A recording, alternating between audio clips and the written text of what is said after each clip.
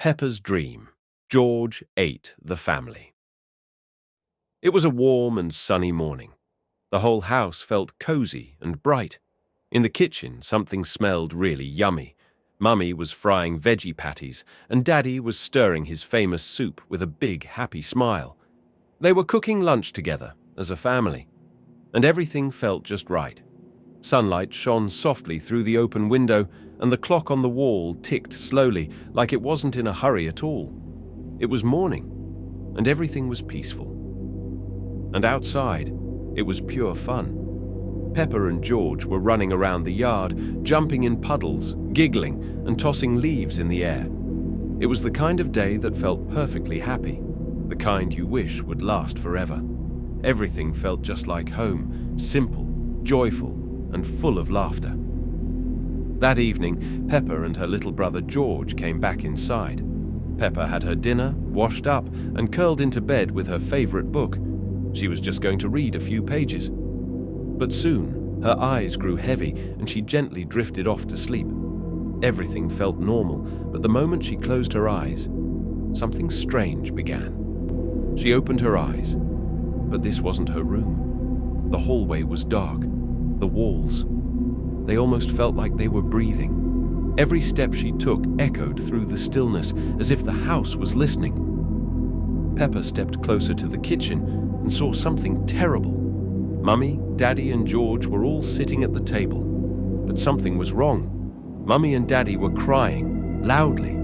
Peppa didn't understand what was happening, and George, he was completely covered in something red. He was eating meat, and with every bite, his smile grew wider and wider. Mummy held a camera in her hooves. She was shaking, frightened, because George had started to fight with Daddy Pig. Then, her parents turned to her. Their eyes were wide with fear. "Peppa," they said, "you have to leave. Now. Call the police. Please. It's George." Peppa stood frozen. George had changed. He was eating pork, and he wasn't the same little brother anymore. Then, he turned. George looked straight at Peppa. His eyes, they weren't the same.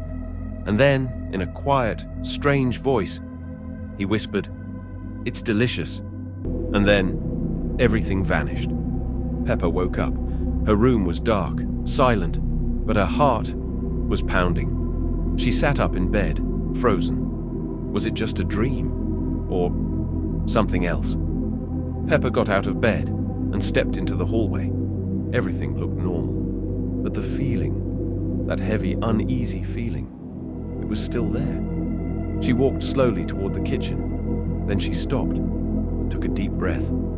They were all sitting there, as if nothing had ever happened, eating soup. George was sipping juice.